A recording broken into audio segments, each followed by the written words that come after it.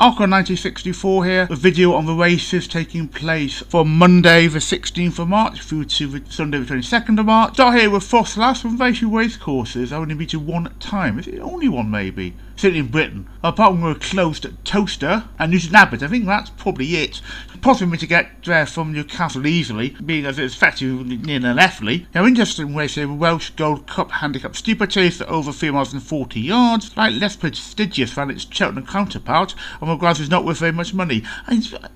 I find it's with certain places here, and I think Rothas is one of them. You've got a Welsh Gold Cup. At least try and get at least 10 grand for a winner in the pot there. It's a total prize of 17,500 to equate to about 9,000 to win. Really, it should be more than 10. And so it's nice to see a race of interesting name, but at least try and, some sort of prize money behind the event. Tomorrow at Exeter, here another of the 100 chases that start taking place at this time of the year. And this is an open 100 chase steeplechase over 3 miles and 54 yards. Not much prize money for this race, but as I said in my previous video about 100 chases, bar say Cheltenham, Aintree and the Stratford Finals 100 chase, there's not much prize money in 100 chasing anyway, and it's not really why people do that event anyway. And Hereford on Wednesday have a Remembering Brian Davis of O'Connor Notice Handicap Steeplechase of 2 miles and 8 yards.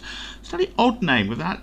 Brian Davis was a person I knew very well vaguely, didn't know him too well, and I wonder if Volcano must be a horse or something. Again, no, I didn't know too well. It's really odd here. I mean, Volcano was a horse, and I actually missed when I was doing my races a couple of weeks back. That was actually a race named after Volcano. I maybe just hadn't realised that Volcano was a horse. And it was a race at Warwick, which he ran 3 times. And sadly, he was actually killed, I think it was maybe at Hereford, when he was running a prep race for that race. And now that race at Warwick 3 times is called Volcano Handicap Chase. But I hadn't realised that was why it was named that way. But he didn't win at Hereford, and I'm a bit lost why a race named after Volcano was taking place at Hereford. I understand it at Warwick, where he won the race 3 times. And Brian Davies sadly dying as well the next year after Volcano died. It was a race being named after Brian Davies, who may have been known at Hereford. But it does seem a slightly odd naming. Same day at Kempton, we have reasonable valuable handicap stakes at over 7 furlongs for 4-year-old plus horses. Next day at Ludlow, another 100 chase. I'm saying it's starting to be a 100 chase season. And this is a race for Ludlow Gold Cup. And it's an open 100 steeplechase over 2 miles, 4 furlongs and 11 yards. Also, at my local course in Newcastle, if I can't make it, I'm off to see one of my favourite operas, a Marriage of Figaro at the Theatre Royal instead. With my valuable 4-year-old plus handicap over 6 furlongs and 1 yards. I'm noticing a midnight and Bet MGM seems to be naming other races the same way. Like we've got MGM here, read Meg Nichols' blog, a minute 8-year-old Grandad's Bookie Handicap Stakes. And I've said before, well, number one, my Grandad didn't really, I had to say, he didn't really bet. One of them didn't bet, and I don't know if everyone did at all, frankly. So it just seems a bit pejorative, like oh, everyone's grandfather's the same. It just seems a bit of a silly naming, actually, just generally. I think it's a bit of a, it's not a bookie I really know too much, a more recent bookie I think. Well, but it just gets very tiresome if you have a sort of following horses more generally, and you know about racing at one race course. You can racing named every single race like Bookie Monkey does, named about 1 in 6 ways and nothing else. Friday at Newbury, Novices Limited Handicap Steeplechase over 2 miles, 6 furlongs and 98 yards, and for Brown Chamberlain Trophy.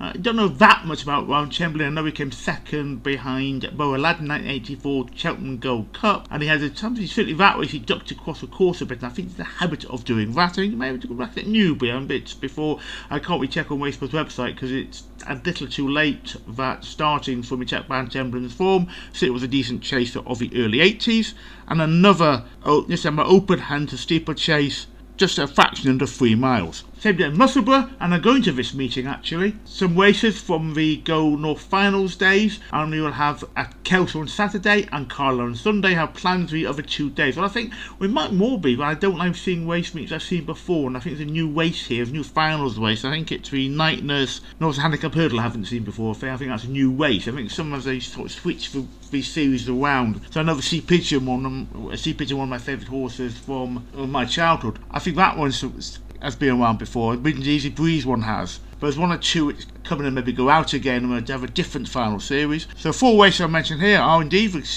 Sea Pigeon handicap hurdle final over 2 mile 187 yards. The night nurse novices handicap hurdle race over, well, just under 2.5 miles. Dinsey Breeze series final over 3 miles. And finally we have a mares handicap hurdle over the same distance as the night nurse race. We have a valuable meeting at Wolverhampton. Our 4 races really of note here are a handicap over 1 mile 143 yards for €4 plus. In fact, all 4 races, in fact, we can make all 7 races are €4 plus, so all the 4 I'm going to mention here will cost €4 plus. The other 3 races being a handicap over 1 mile 104 yards. I've got to slightly say here, that's a bit just noticing this, there's less than a furlong difference. It's a bit odd. I know one's a class 3 and one's a class 4, and one of them is 20 grand more, but it doesn't seem, while the same distance, even so. Then you have a handicap over 7 furlongs and 36 yards, another one over 6 furlongs and 20 yards. I would have thought you might want to run maybe over 1.5 miles or one over 5 furlongs or something, rather than have 4 races. So really are within less than 3 furlongs in the total distance between the longest and the shortest of the first 4 races. As I said, Kelso has a series of final races as well. We have a Beesing's Mares Hurdle race, a listed race. I say it was a Beesring race at Newcastle, and we were doing Ladies' Days, and I've still always booked Ladies' Day, partly to see what on earth's happening. They've got a cheap-ish ticket, cheaper than I thought you could get actually. No, you can't half-price ticket early on. But also there's a Beesring race there. But I have seen these races before. So there's a Beesring Mares Hurdle over 3 miles and half a furlong. Cabin Target series final. Cabin Target, a good horse of the early 90s. Didn't quite come as good as I thought he was going to be. I think he turned Young Hustler over at 80. I'm trying to remember. But Cabin Target came a decent staying hurdler actually. I think he may have won West Yorkshire Hurdle or something like that. He didn't quite show the form we expected over fences. And that is over 2 miles 4,189 yards. The Herring Queen series final for mares over 2 miles and 51 yards. Well, I had assumed Herring Queen was a horse, so I looked it up. And that isn't. It's actually a festival in the sort of Scottish Borders areas, why it's been run at Kelso. And the Racing Form website, there's an article from last year talking about this. And the Herring Queen Festival, and it states it's held annually in Eyemouth on the south east coast of Scotland. To be eligible to be Herring Queen candidates, and must be in year 3 at Eyemouth High School, having previously attended Eyemouth Primary School and having lived in Eyemouth for over 10 years. So a local festival for local people, shall we say. Also remembering Duncan Davison handicap steeplechase over 3 miles 2 furlongs and 39 yards, and Duncan Davison was the founder of Persimmon House Building Company and was a well-known director of Kelso Racecourse, and